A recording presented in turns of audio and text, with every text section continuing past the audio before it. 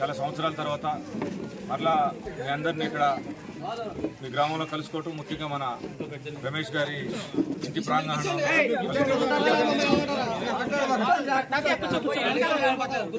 నాతో పాటు చేసినటువంటి పెద్దలు బలరాం రెడ్డి గారు, పెద్దలు మన సీనియర్ కాంగ్రెస్ పార్టీ నాయకులు వెంకట్రావు గారు, మన మిత్రులు గౌని వేణు గారు, మీ అందరి ఆప్తుడు మాజీ సర్పంచ్ అయినటువంటి రమేష్ గారికి, ఈ గ్రామంలో ఉన్నటువంటి ఇతర పెద్దలు మన పిచ్చి గారు, ఎక్స్ డైరెక్టర్ పిఎస్సిఎస్ మాజీ ప్రెసిడెంట్ అచ్చయ్య గారు, పెద్దల వెంకటేశ్వర గారు, మాజీ కాలువ ప్రెసిడెంట్ వెంకటేశ్వర గారు, మన నాగేశ్వరరావు గారికి, ఇక్కడికి విచ్చేసినటువంటి ఇతర గ్రామాల నుంచి వచ్చినటువంటి పెద్దలకి, స్థానిక ప్రజానికానికి అందరికీ పేరు పేరున నమస్కారాలు.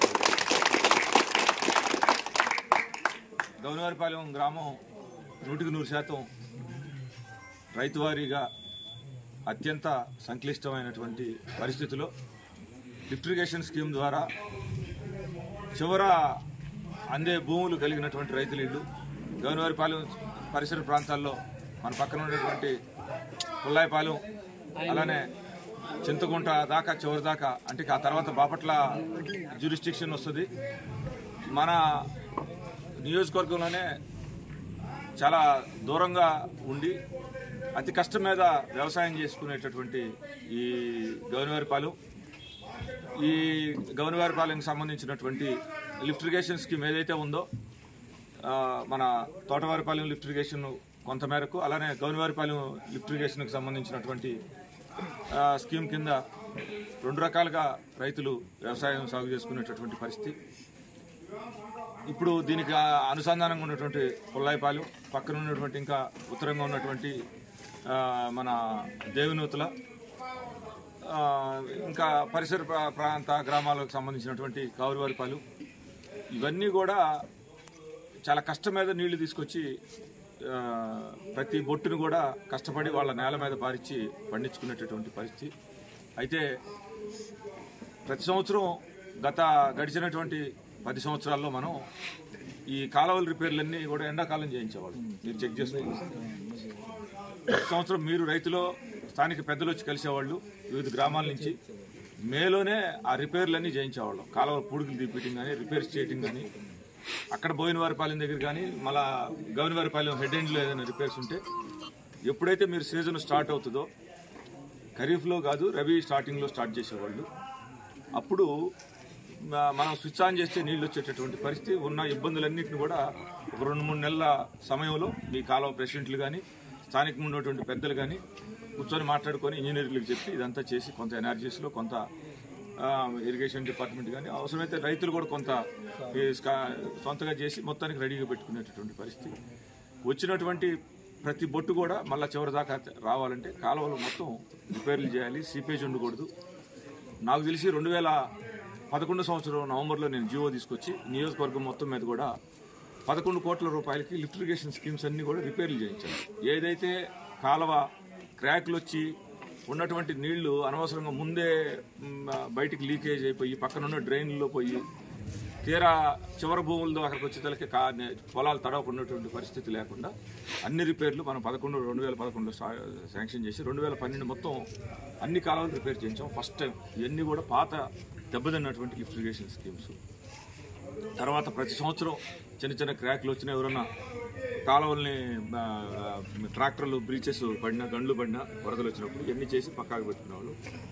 అలా అయితేనే సమయానికి మనం నీళ్ళు వచ్చే సమయానికి మీ పొలాల దాకా నీళ్ళు వచ్చే పరిస్థితి ఉంటుంది.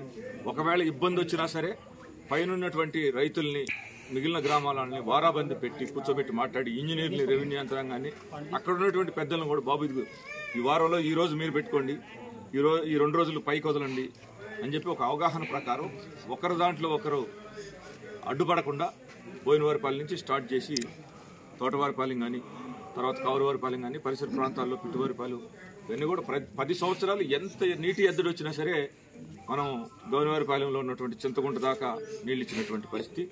అసలు ఈ పంట పొలాలు లేకపోతే ఈ ఊళ్ళో మనం ఉండేదానికి కూడా అవకాశం లేదు. ఈ భూములు సరే రియల్ ఎస్టేట్ భూముల రేట్లు పెరగచ్చు, కానీ ఏం చేస్తాం, మనమే వ్యాపారం చేసుకుని భూములు అమ్ముకొని బతికేది కాదు కదా. ఇది రైతు పండిస్తేనే గడిచేటటువంటి పరిస్థితి. అలాంటిది నా ధర్మాన్ని నేను చేశాను అనుకుంటున్నా.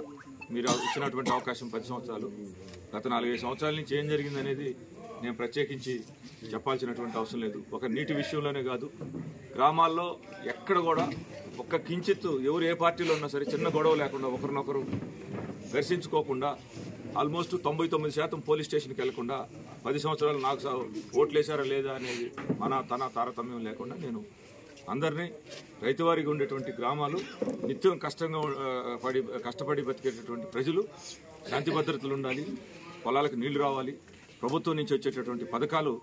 గతంలో రోషి గారు ఫైనాన్స్ మినిస్టర్ ఉన్నప్పుడు కూడా సుమారుగా 400 గేదెలు, అప్పుడు 300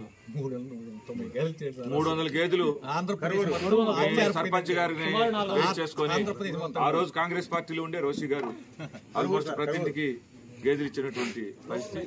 అలా మంచినీటికి కానీ మౌలిక సదుపాయాలు కల్పించడం కానీ అన్ని ప్రభుత్వం నుంచి జరగాల్సినటువంటి ప్రతి పని మొట్టమొదటిగా మనం గౌనవారిపల్లి నుంచే తీర ప్రాంతంలో స్టార్ట్ చేసి ఇయటం జరిగింది. ఈరోజు మీరు గమనించారు, ప్రతి గ్రామంలో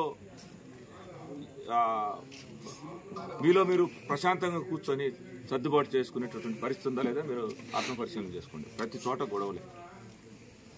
కొత్త టెండెన్సీ ఏంటంటే పోలీసులను అడ్డం పెట్టుకొని సూడో రౌడిజం చేస్తున్నారు గ్రామాల్లో.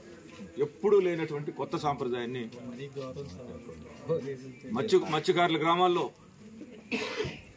రైతు వారీగా ఉండేటటువంటి యాదవ గ్రామాల్లో ఎప్పుడూ లేనటువంటి కొత్త సంస్కృతిని తీసుకొచ్చారు. గడిచిన 10 సంవత్సరాల్లో నాకు ఈనాళ్ళకు కూడా నేను ఎవరికన్నా నా దగ్గరికి వస్తే సహాయం చేసుకునేటటువంటి పరిస్థితి చేసిన